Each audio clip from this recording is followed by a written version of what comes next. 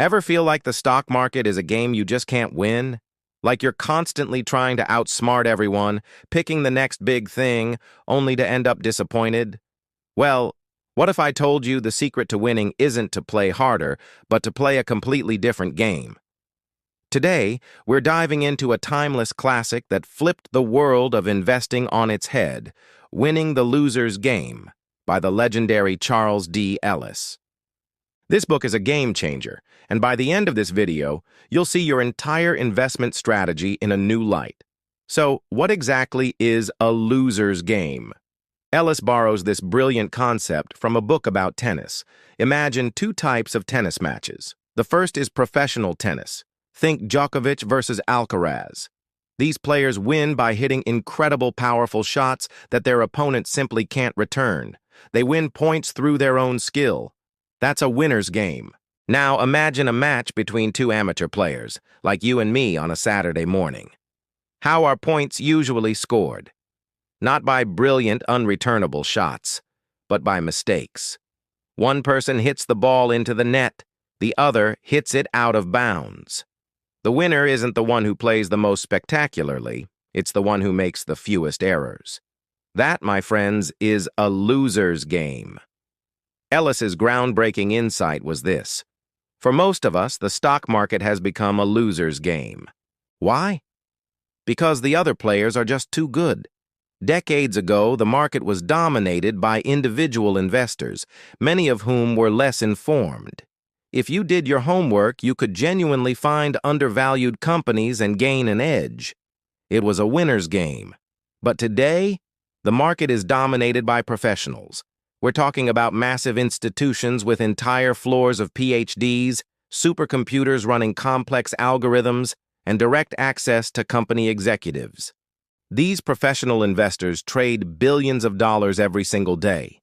They are the professional tennis players of the financial world. They have every advantage.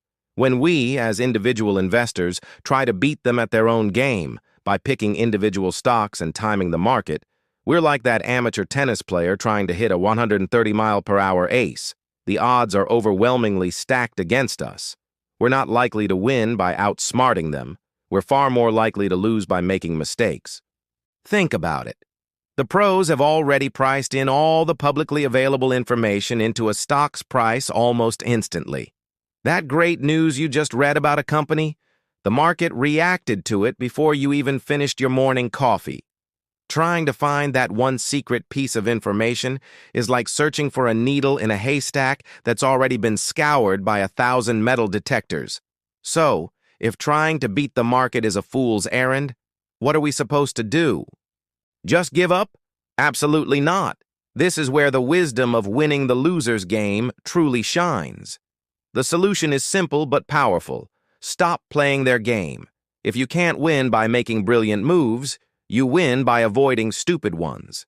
The biggest mistake most investors make is trying to be a hero. We get emotional. We see a stock soaring and get a fear of missing out, so we buy at the peak. Then, when the market dips, we panic and sell at the bottom, locking in our losses. We chase hot trends, jump from one strategy to another, and rack up trading fees that eat away at our returns. These are the unforced errors, the balls hit into the net, that cause us to lose the game. So how do you win the loser's game of investing? You focus on what you can control. You can't control whether the market goes up or down tomorrow. You can't control which company will invent the next life-changing technology. But you can control your own behavior, your costs, and your long-term plan. The strategy Ellis champions is beautifully simple. Index fund investing. Instead of trying to pick the winning stocks, you buy the whole haystack.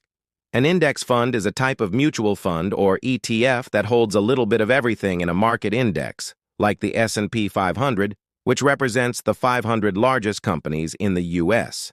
By buying an S&P 500 index fund, you're not betting on one company. You're betting on the long-term growth of the American economy as a whole. You instantly own a small piece of Apple, Microsoft, Amazon, and hundreds of other successful companies.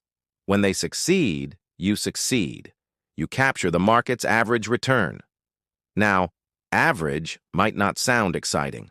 We all want to be above average, right? But here's the crazy part.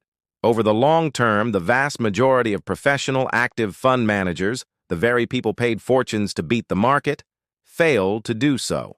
Study after study shows that a simple, low-cost index fund outperforms most of the pros. By accepting the market's average return, you're actually putting yourself ahead of the majority of investors, both amateur and professional. You're winning by not trying to be a winner. Let's talk about the two silent killers of your investment returns: fees and emotions. Actively managed funds, the ones that promise to beat the market, charge high fees for their so-called expertise. These fees might seem small, maybe 1% or 2% a year, but over decades they have a devastating effect due to compounding. It's like trying to run a race with a parachute strapped to your back. Index funds, on the other hand, have incredibly low fees, often a tiny fraction of a percent, because they don't need a team of expensive analysts. They just passively track the market. Minimizing costs is a guaranteed way to increase your net return. It's the easiest point you can score in this game. The second killer is your own brain. Our emotions are our worst enemy in investing. The key to winning is to set a sensible plan and stick to it, no matter what. This means creating a diversified portfolio that matches your age and risk tolerance. Maybe it's a mix of stock index funds and bond index funds. Once you have your allocation, you stay the course. You commit to investing a certain amount of money regularly, whether the market is up or down. This is called dollar-cost averaging, and it forces you to buy more shares when prices are low and fewer when they're high. It automates good behavior. The core message of winning the loser's game is a call for humility and discipline. It's about acknowledging that we don't know more than the entire market. It's about shifting your focus from the impossible task of picking winners to the achievable task of avoiding errors. Don't chase hot tips. Don't check your portfolio every 5 minutes. Don't panic when the news headlines are screaming. Instead, build a simple, low-cost, globally diversified portfolio of index funds. Set up automatic contributions. Rebalance it once a year. And then, go live your life. Focus on your career, your family, your hobbies. Let the power of compounding and the long-term growth of the global economy do the heavy lifting for you. This isn't just an investment strategy. It's a philosophy for a less stressful, more successful financial life. The real victory in investing isn't about the thrill of a speculative win. It's about the quiet confidence of knowing you have a plan that works, a plan that will allow you to reach your long-term goals, whether that's a comfortable retirement, your kids' education, or financial freedom. You win by playing a different game, your game. A game where patience, discipline, and cost control are the winning moves. Thank you so much for watching. If this perspective on investing resonated with you, please hit that like button and subscribe for more content that helps you build a better financial future. Let me know in the comments what your biggest takeaway was from the idea of a loser's game. See you in the next video.